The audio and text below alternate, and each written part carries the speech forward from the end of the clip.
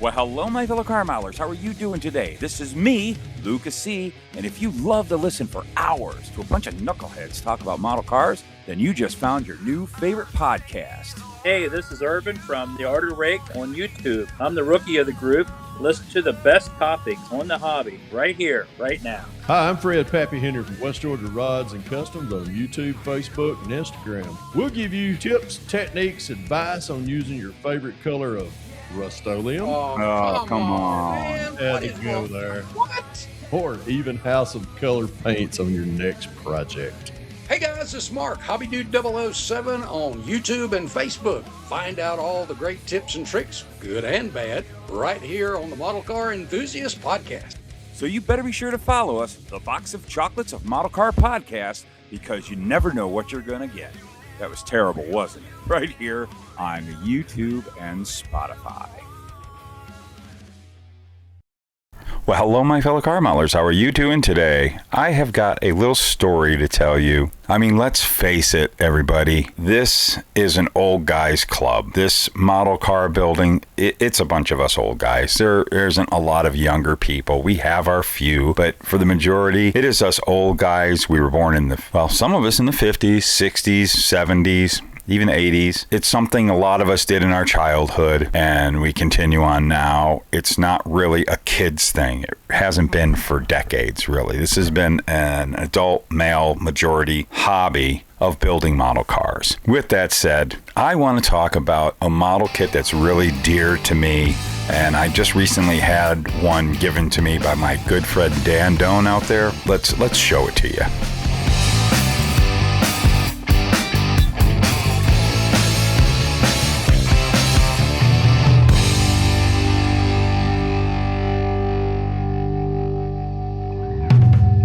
And that kit is this right here.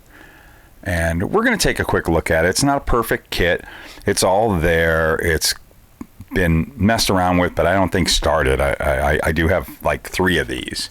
But Dan gave this particular kit for me. I always like these MPC, and this is particularly the 76 Monza. But I have a reason why I have a very close attachment to this very kit.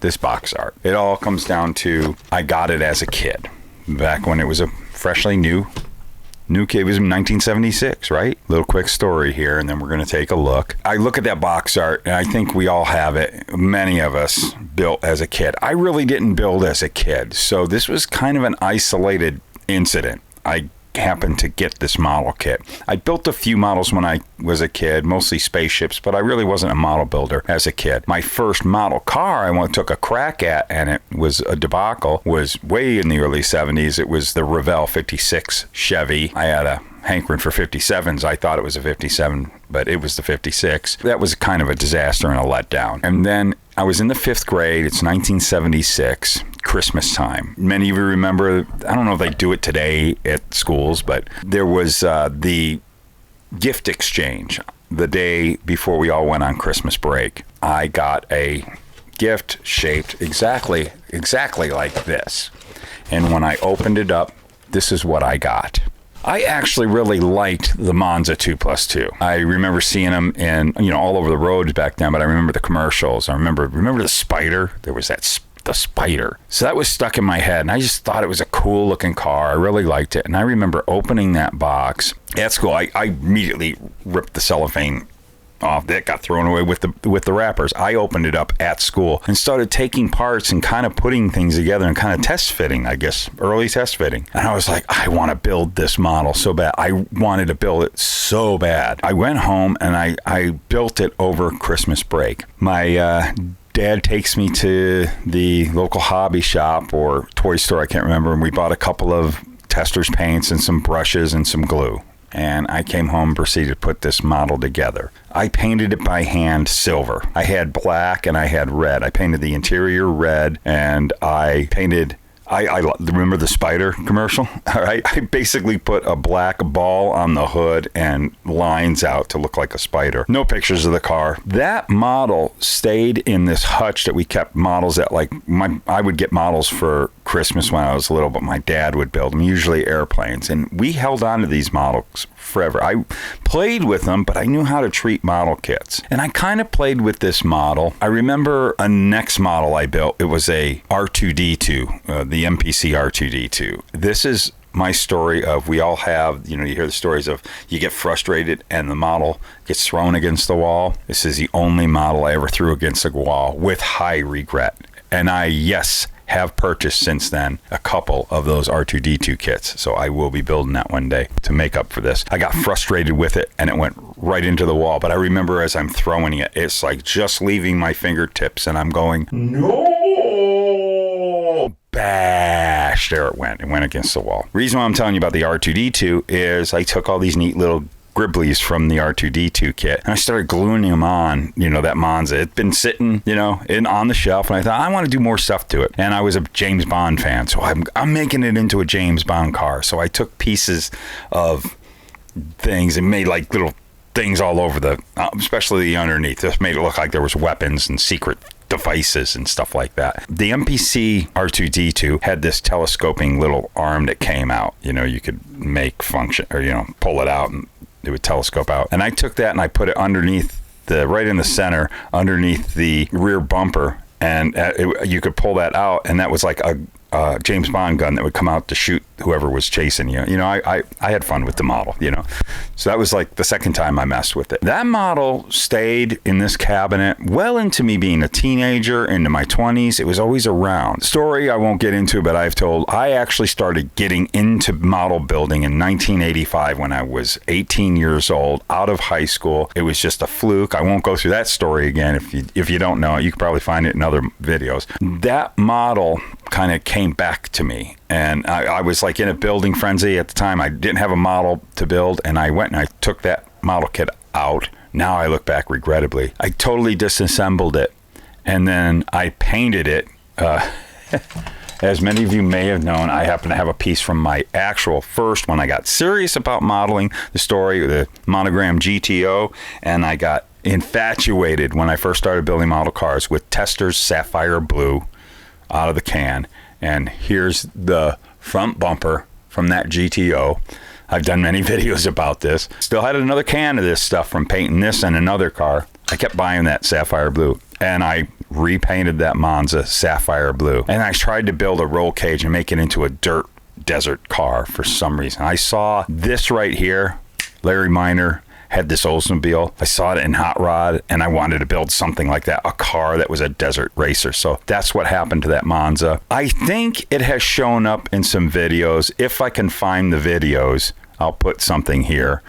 Pieces of that car still are in my stash somewhere. Painted that Sapphire Blue. In spirit, even though there's not much of that kit left, because actually there was one time I rolled, it fell on the floor, the body, and I crushed it with my office chair. And I gathered up those pieces and ritualistically put them in a box. They're somewhere here. I have pieces of that model places. As a matter of fact, years ago when I was designing this kit that I used to make, which is coming back, I'm making a new master, but I did a conversion kit for, I didn't snap, did I? I did a conversion kit for the 70 Camaro when it came out, the Baldwin Motion, to turn it into a standard nose with a full bumper. And I needed the lower blinkers.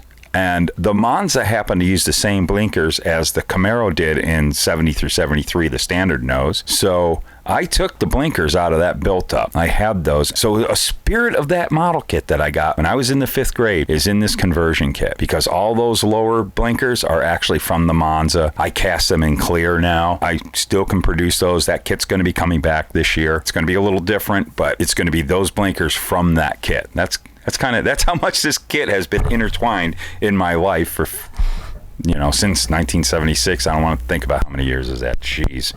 That's like 50. It's 50 years. Holy cow. Yeah, we're in 26. That's 50 years ago. This is a special kit to me, and I like the Monza, and I am a huge Grumpy fan, and I want to build that car really bad. And I have attempted it once before. I had one of these kits I bought a long time ago, completely destroyed it. I kind of went too far, and it was in my early days of model building. I massacred that kit, but I have it. I actually you see it in my scroll at the beginning, you see that kit that is destroyed. I bought that back in the like 1988, 89, to try to build the Grumpy's toy. And just recently I was wanting to, I got a few Monzas, but I was wanting the 76 Monza to do the Grumpy's toy, and I just didn't have a good car to go with. I wanted an MPC. I know the AMT is coming back, and they have done the AMT. I'm not going to get into it here, but I don't really like the AMT version. I like the MPC version better. I think it looks dimensionally more correct. And my buddy Dan Doan, he came through for me and he gave me one of these, but it was kind of a built up. It's actually in good condition. It's over there. And then he found this one and gave it to me, which we're going to look at because it's pretty complete and pretty semi untouched. It hasn't been painted or glued on. So this probably will become a Grumpy's toy. Anyways, we're going to take a look at this kit, open it up, and look at it. I haven't really looked at it that close, so I might as well do it on camera. I want to thank, again, Dan, giving Dan Doan a shout out. He's been a friend. He's hooked me up with a lot of kits and given me really good deals on kits that have helped me make stuff for the conversion kits that I produce for you people. So he's a big part of my company too, but I've known Dan for 30 years. Super good guy. I really appreciate this. And he didn't realize this whole story. I kind of told him. The 2 times that he gave me this kit, I was more excited the fact that it was this kit with this box art, because I love this box art. And what I need to do is, out of the 3 that I have now, I'm going to pick the nicest one and I want to frame it because it is one of those special kits. So I'm going to get off this whole blah, blah, blah, blah. We're going to flip around. We're going to look at this kit and just have a good time. Okay, here we go. We are going to take a look at this classic kit. Just love this box art. Let's look around it first. It's got all these neat pieces and parts. That spoiler, I used that spoiler once on a Camaro years ago because, long before the 70 Ball in Motion came on, it had that spoiler. It's a little bit too small, but I made it work on an old 70 Camaro. Fender wastegates. Interesting what they call these things.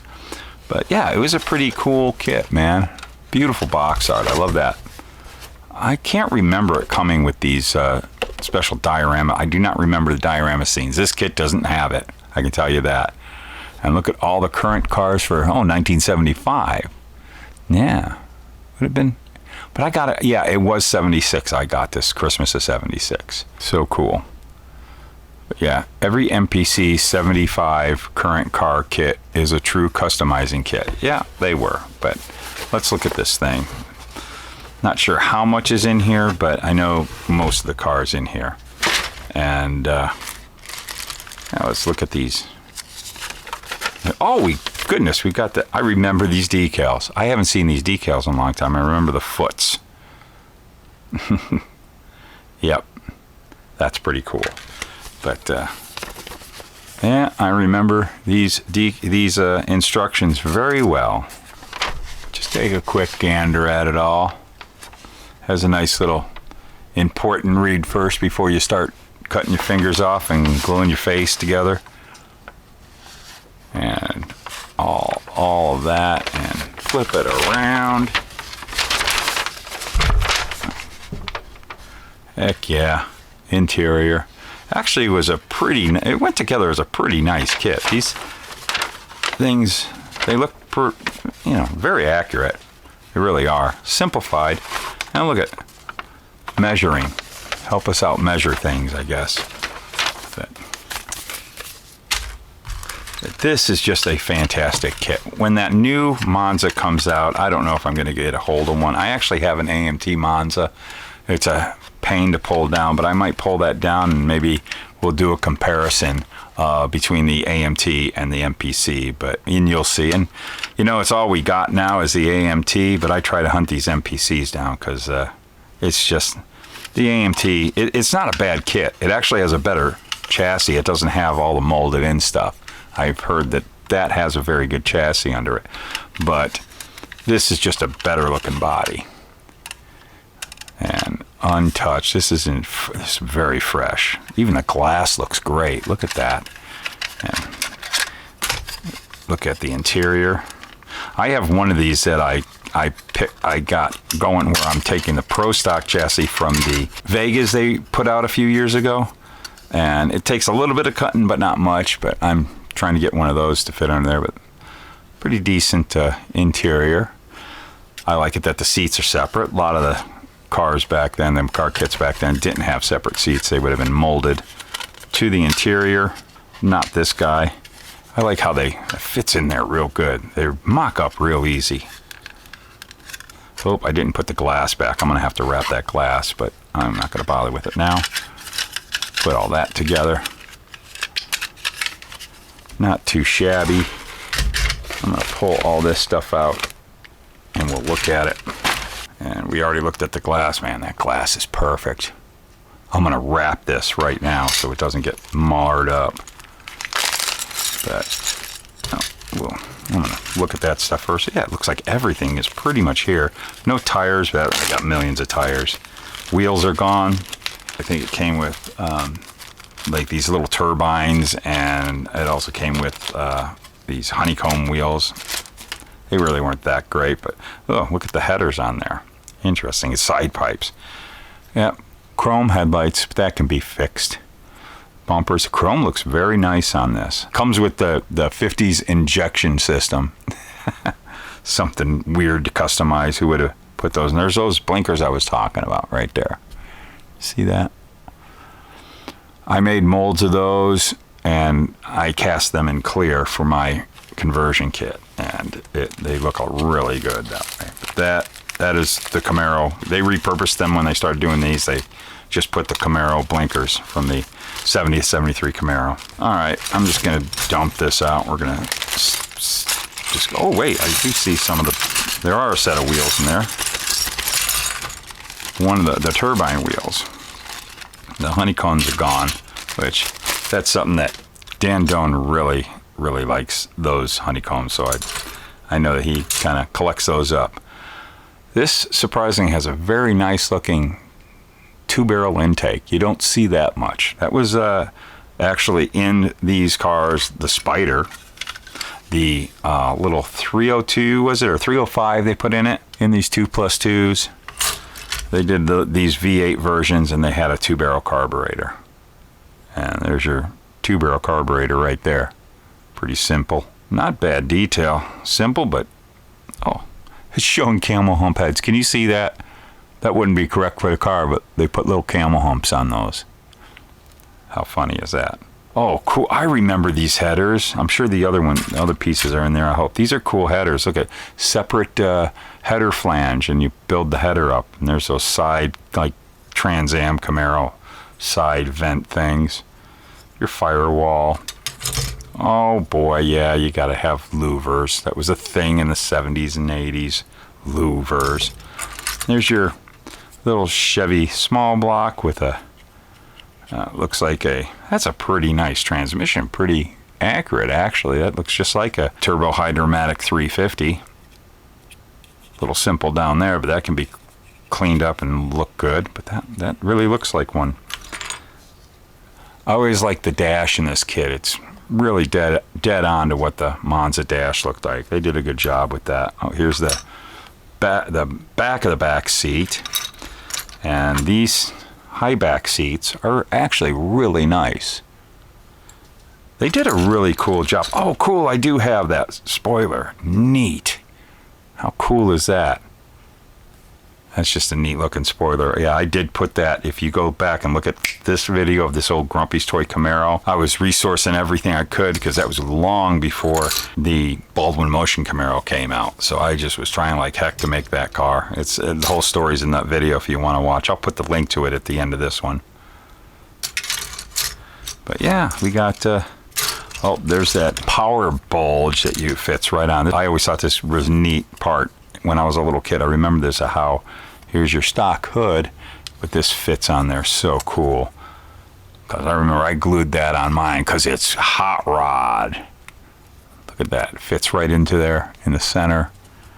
Really cool. Like, let's put that. All the pieces fit really good on this kit. I don't know if the molds exist for the MPC, but boy, it would be so cool if Round 2 had these and put this kit out. Just my personal opinion. I'm not knocking the other kit. It's better than nothing, but this was a far more superior looking Monza. We'll have to do a comparison. We will look at that. And here's a quick look at. I got 4 of these cool little turbine wheels. Are they, how many lugs? I can't see. I think they're 4 lug. They are. They're 4 lug. And the tail lights, those Camaro style tail lights. I remember when I got this kit, that was one of the first things I did is I slid these. It goes like this. Let's get this correct. I immediately popped these I've always been fascinated with taillights ever since I was little. The taillights on a car, like, that makes or breaks a car for me. Taillights are really important. So when there was red taillights in a toy or a kit, I was fascinated by them. And that was the first thing I did is, like, when I was taking this out at my desk in the 5th grade. Oh yeah, that's cool. That, and I remember I put the shifter in. I don't know where the shifter's at right now, but let's relive 5th grade. What do you say, fellas? Let's relive 5th grade. Do I have the shifter? Where's this? There it is. Reliving 5th grade. I think I even put wheels and tires. We don't have the wheels and tires, and we don't have the metal axle, so I can't 100% relive that day, but we're going to do it a little bit. I distinctly remember putting these parts on. We're going to get to, where is the shifter? Right there. That sucker's coming off. Of course, I twisted it off because, you know, that's what you did when you were a kid. There it is. There's our shifter. And I just went, it's D-shaped. I went, boom. Look at that. And I was like, oh, yeah. We might as well put the glass in. That's what I would have done back then. And get this in here.